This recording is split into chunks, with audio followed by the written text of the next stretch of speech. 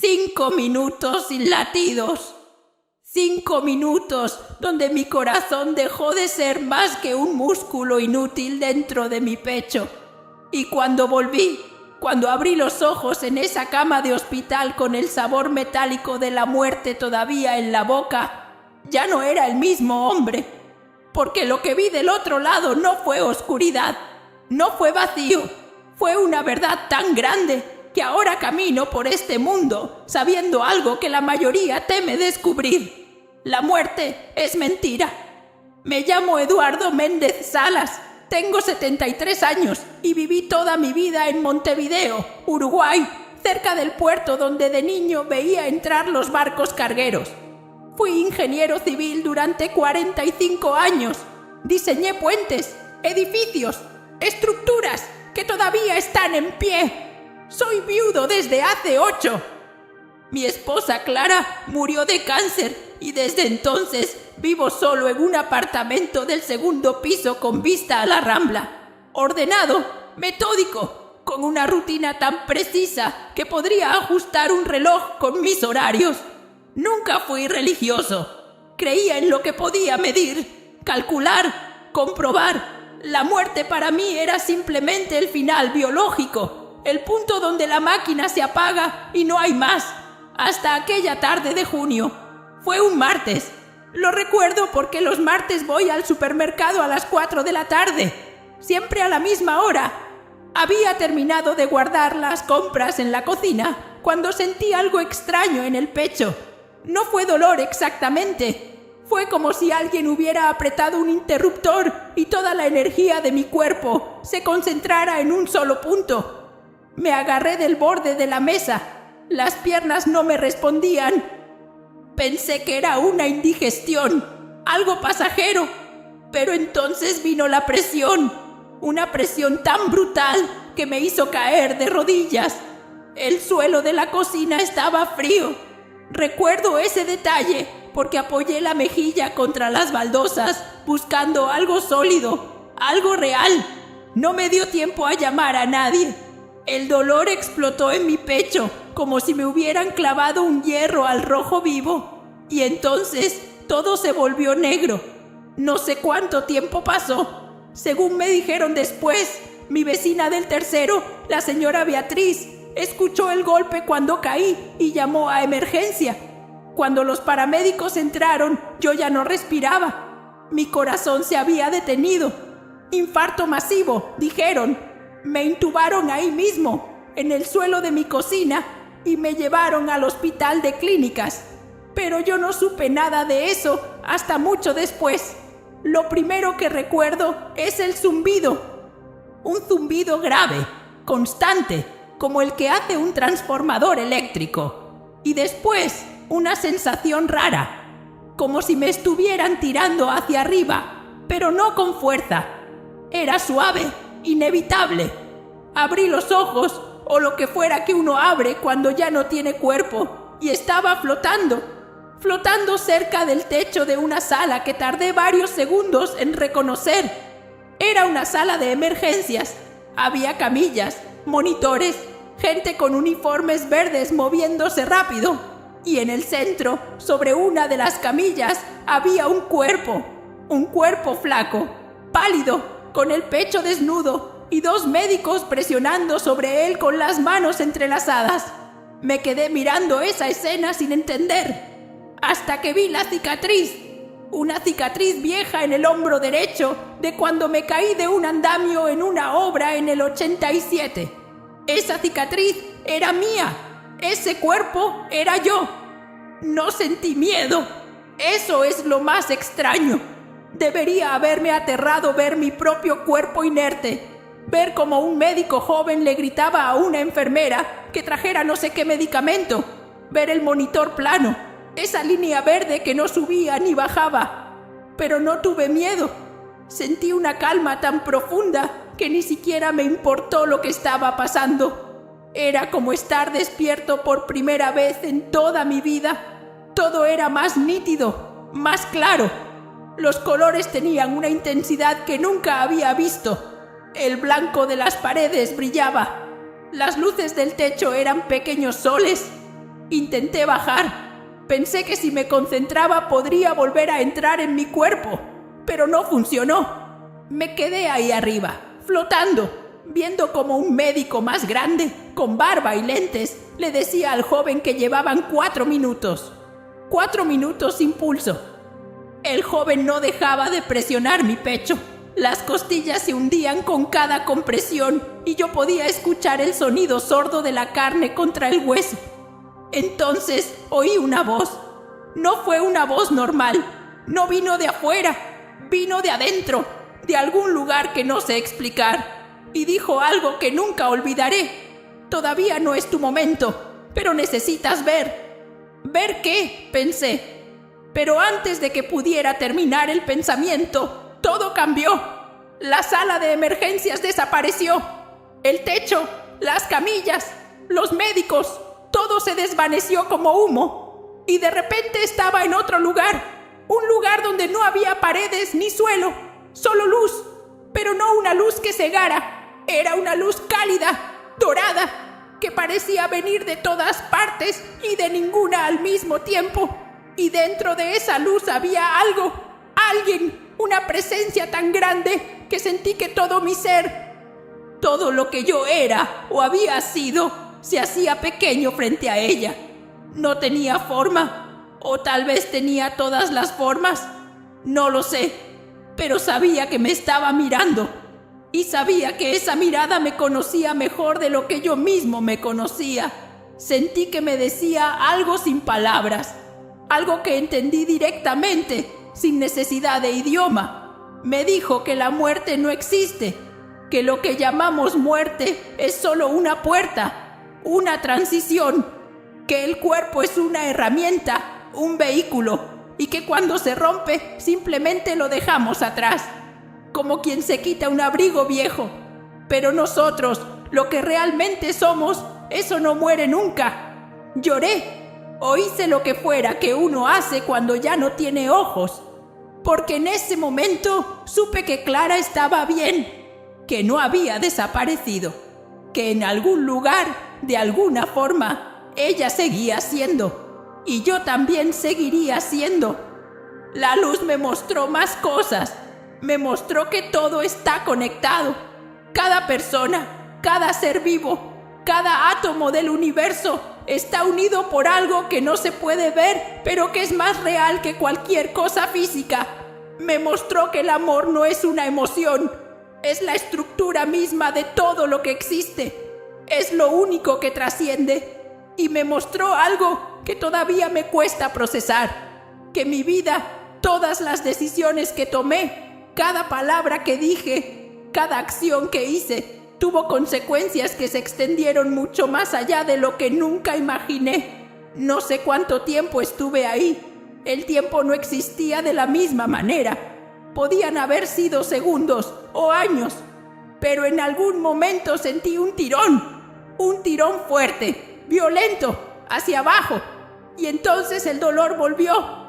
El dolor volvió de golpe, como si alguien me hubiera arrojado dentro de un horno. Mi pecho ardía. No podía respirar. Había algo en mi garganta, un tubo, y quise arrancarlo, pero no podía mover los brazos. Escuché voces lejanas, distorsionadas, y después una más clara que decía: «Tenemos ritmo, tenemos ritmo». Abrí los ojos. Las luces del techo me cegaron. Un rostro con mascarilla se inclinó sobre mí y dijo algo que no entendí. Todo mi cuerpo temblaba. Tenía frío, un frío que calaba hasta los huesos. Quise hablar, decir que estaba bien, que había vuelto, pero no me salió la voz. Estaba vivo, y por primera vez en 73 años entendí lo que eso significaba realmente. Me pasaron los siguientes 3 días en terapia intensiva, conectado a más cables de los que podía contar. Los monitores pitaban cada pocos segundos. Mi pecho estaba lleno de parches y mi brazo izquierdo conectado a una vía intravenosa. Cada vez que intentaba moverme, una enfermera aparecía y me decía con voz firme pero amable que me quedara quieto, que había tenido suerte, que 5 minutos sin latidos no era algo de lo que la gente solía regresar. 5 minutos.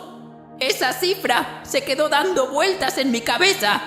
5 minutos donde técnicamente estuve muerto. 5 minutos donde mi cerebro no recibió oxígeno, donde mi corazón no bombeó sangre, donde cualquier definición médica me habría declarado terminado. Y sin embargo, en esos 5 minutos viví más que en décadas enteras. El médico que me atendió, el doctor Vázquez, un hombre de unos 50 años con cara cansada, pero ojos amables, vino a verme al segundo día. Se sentó en una silla al lado de mi cama y me explicó lo que había pasado. Infarto agudo de miocardio.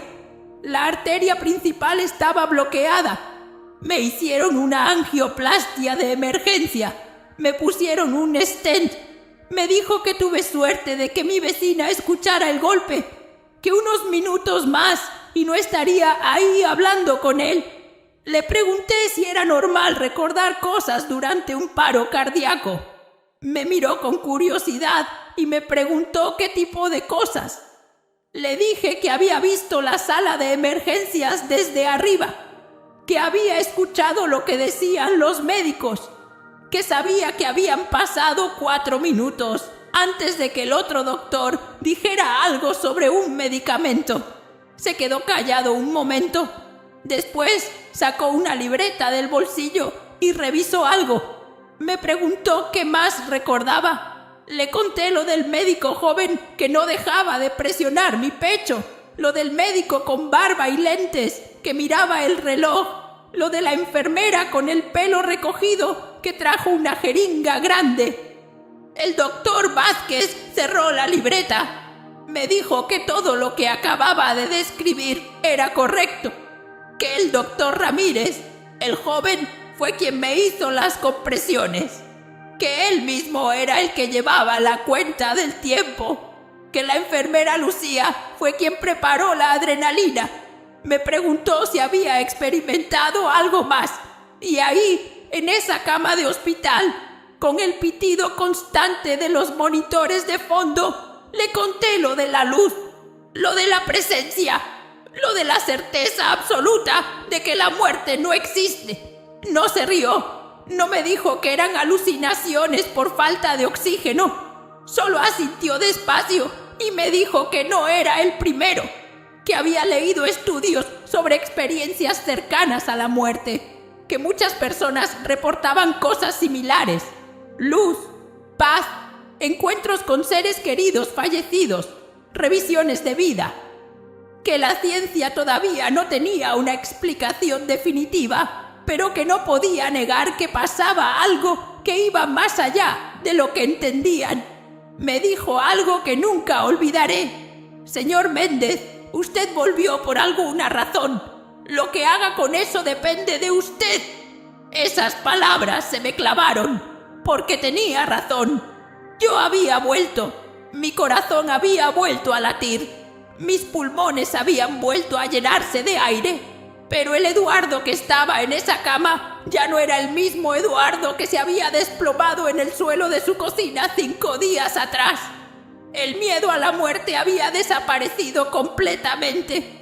Eso suena simple, pero no lo es. Toda mi vida, aunque nunca lo admití en voz alta, tuve ese miedo de fondo, ese pensamiento que aparecía de madrugada cuando no podía dormir, el miedo a dejar de existir, a que todo se apagara para siempre. Aquel Eduardo que había vivido, amado, construido puentes y perdido a su esposa, simplemente se borrara como un dibujo en la arena. Pero ahora sabía que no era así. Sabía, con una certeza que no necesitaba fe ni creencia, que la muerte era solo un paso, una transformación. Y ese saber me cambió todo. Cuando me dieron el alta una semana después, volví a mi apartamento. La señora Beatriz me ayudó a subir las escaleras. Me había traído un guiso de lentejas y me dijo que cualquier cosa que necesitara solo tenía que golpear el techo con un palo de escoba. Le agradecí, cerré la puerta, y me quedé parado en medio de la sala, mirando todo como si fuera la primera vez. Los muebles que Clara y yo habíamos elegido juntos. La biblioteca llena de libros técnicos que ya no me interesaban. Las fotos en la pared. Una de nuestra boda. Otra de un viaje a Colonia del Sacramento. Otra de Clara en el jardín, sonriendo, 6 meses antes de que le diagnosticaran el cáncer. Me senté en el sillón y lloré. Lloré como no había llorado en años. Porque finalmente entendí que ella estaba bien, que no había sufrido después, que ahora estaba en ese lugar de luz donde todo tenía sentido. Y lloré también porque me di cuenta de cuánto tiempo había perdido viviendo como un autómata. Levantarme, desayunar, leer el diario, dar un paseo, almorzar, leer un libro, cenar, dormir, repetir. Mi vida se había convertido en una lista de tareas sin propósito real. No hablaba con nadie más allá de saludos corteses. No tenía amigos cercanos. Mis hijos vivían en Buenos Aires y nos llamábamos una vez al mes. Conversaciones breves y superficiales. Había construido una vida ordenada, predecible, segura, pero vacía. La experiencia del otro lado me mostró algo que no quería ver. Que había dejado de vivir realmente el día que Clara murió. Me había encerrado en una rutina para no sentir, para no enfrentar el dolor, para no arriesgarme a perder a nadie más. Pero ahora entendía que eso no era vida. Eso era solo esperar la muerte. Y la muerte, ahora lo sabía, no era el enemigo. El enemigo era desperdiciar el tiempo que tenía aquí. Porque este cuerpo, esta vida, este momento era un regalo temporal y yo lo había estado tirando a la basura. Esa noche tomé una decisión.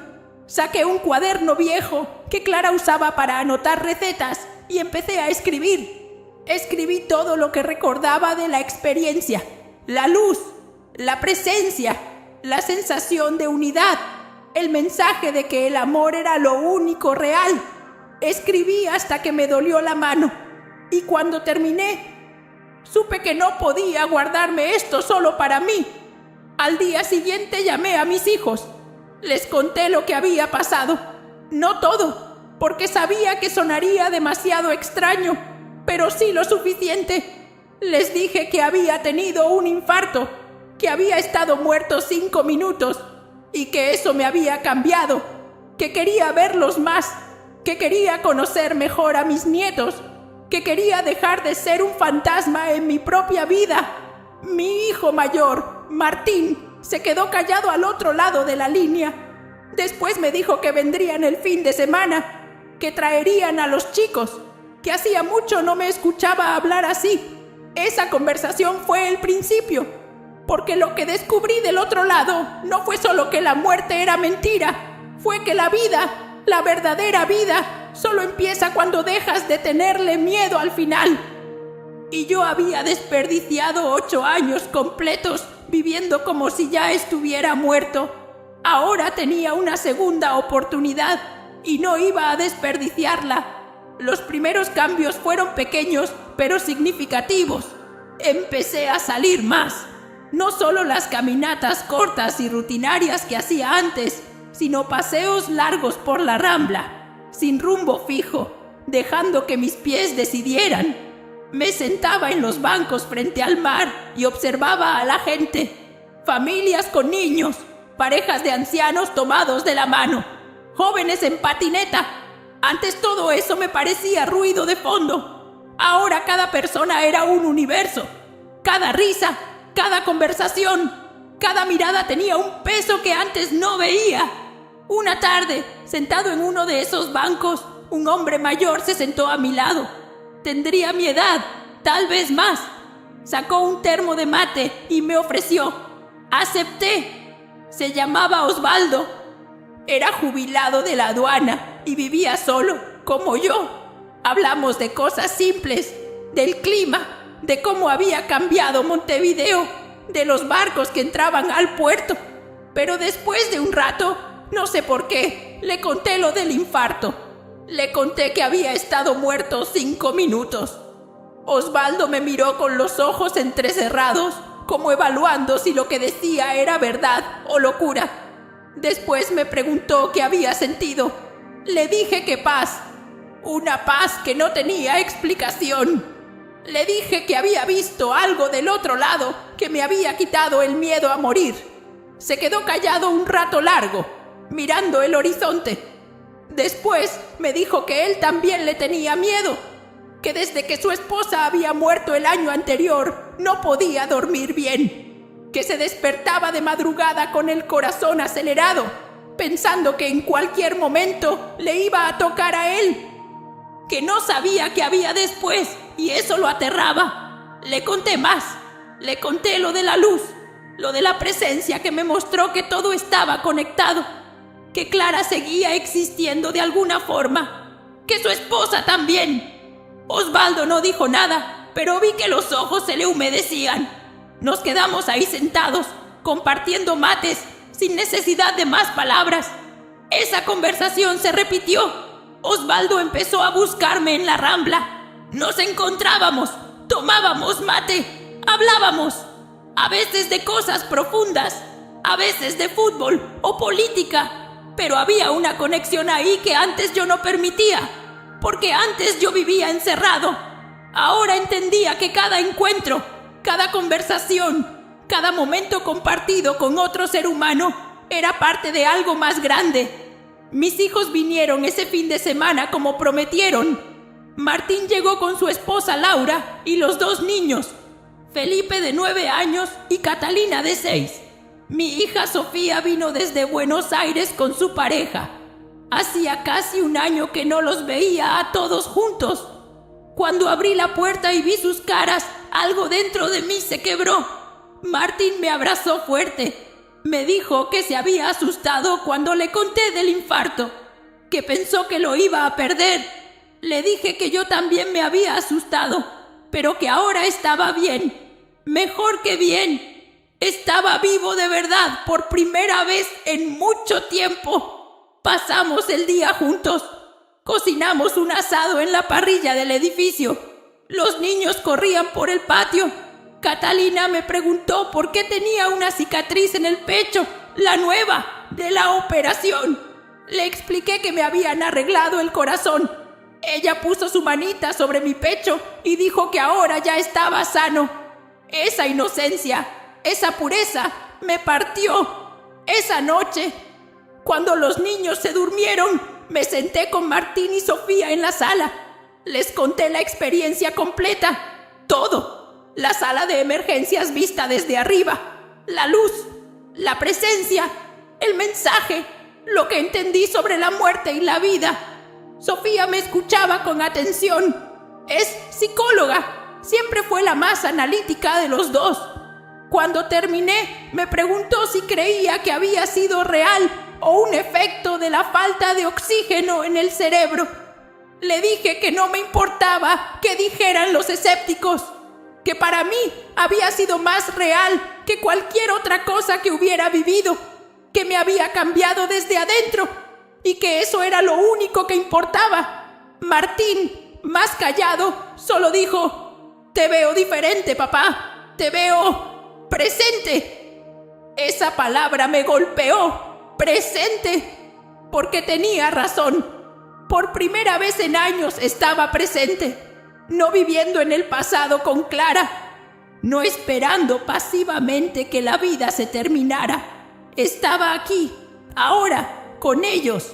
Les prometí que los visitaría más, que vendría a Buenos Aires, que quería ser parte de la vida de mis nietos. No solo el abuelo que aparecía en cumpleaños y Navidad con un regalo y una sonrisa forzada. Quería ser alguien real para ellos. Alguien que los escuchara, que jugara con ellos, que les enseñara cosas, porque ahora entendía que esas conexiones eran lo único que valía la pena. Cuando se fueron el domingo por la tarde, me quedé solo otra vez en el apartamento. Pero esta vez la soledad no pesaba igual, porque sabía que no estaba realmente solo, que estaba conectado a ellos, a Osvaldo, a Clara donde fuera que estuviera, a cada persona que se cruzaba en mi camino. Todos éramos parte de la misma tela. Empecé a escribir más en el cuaderno, no solo sobre la experiencia, sino sobre lo que estaba aprendiendo cada día, sobre cómo cambiar la perspectiva de la vida cuando ya no le tienes miedo a la muerte, sobre cómo cada momento se vuelve más intenso, más valioso, cuando sabes que es temporal, pero que lo que construyes con amor trasciende. Una tarde, leyendo lo que había escrito, me di cuenta de algo. Esto no podía quedarse solo en un cuaderno. Había otras personas como Osvaldo, otras personas que vivían con miedo, que habían perdido a alguien y no encontraban paz, que necesitaban escuchar que la muerte no era el final. Llamé a Sofía y le pregunté cómo podía compartir esto.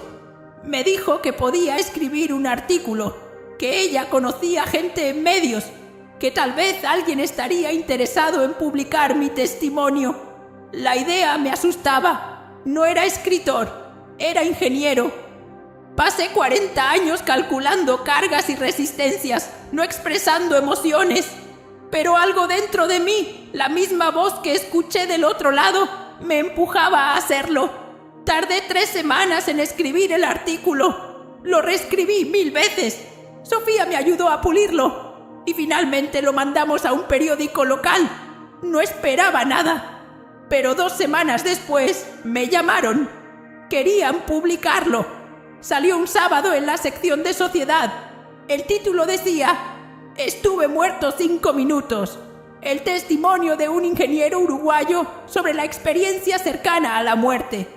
No pensé que nadie lo fuera a leer, pero me equivoqué. Al día siguiente empecé a recibir mensajes. Primero algunos, después muchos. Personas que me escribían por correo, que me buscaban en redes sociales, que me llamaban al teléfono fijo.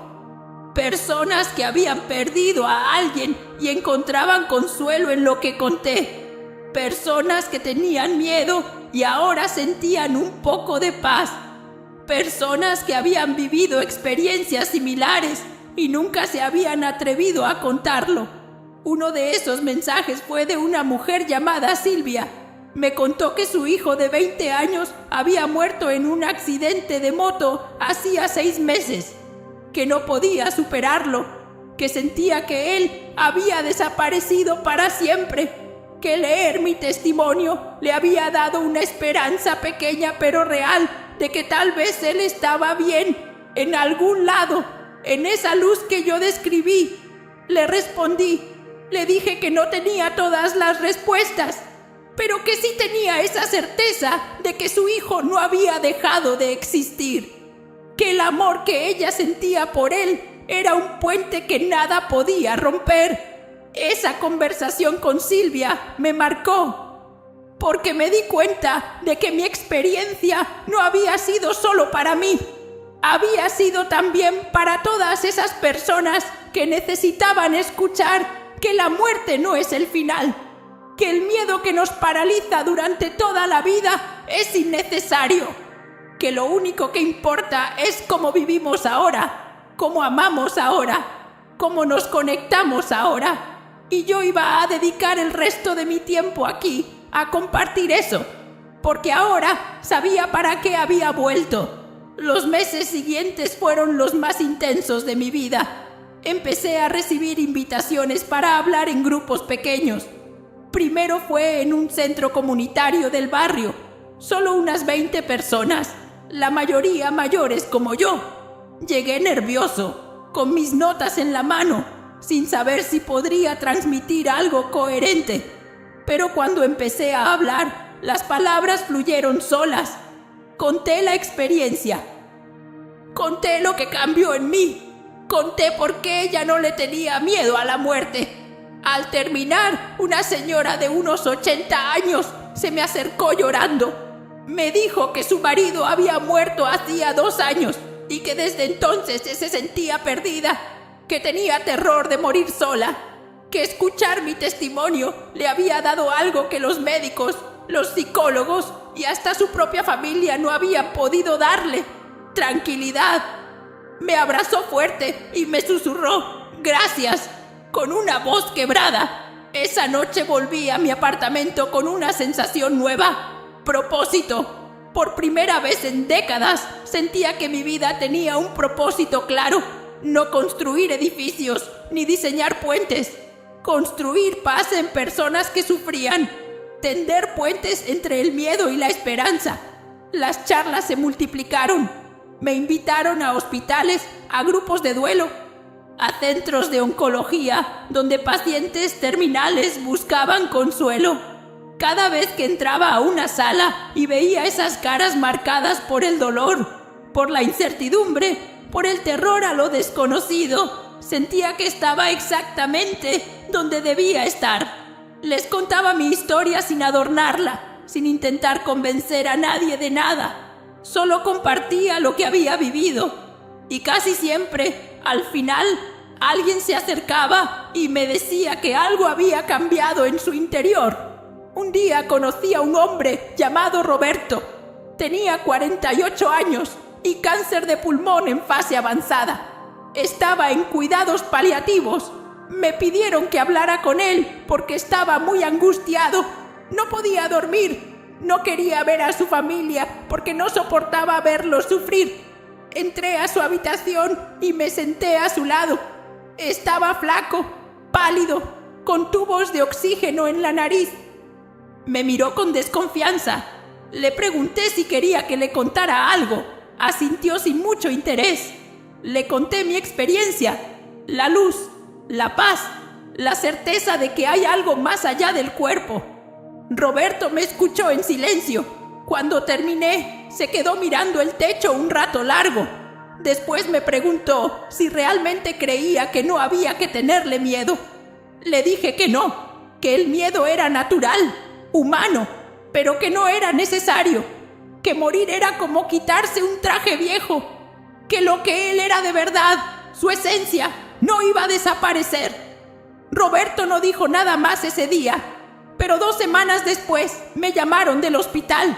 Me dijeron que Roberto había pedido verme otra vez. Cuando llegué, estaba más delgado, más débil, pero en sus ojos había algo diferente. Calma. Me agradeció.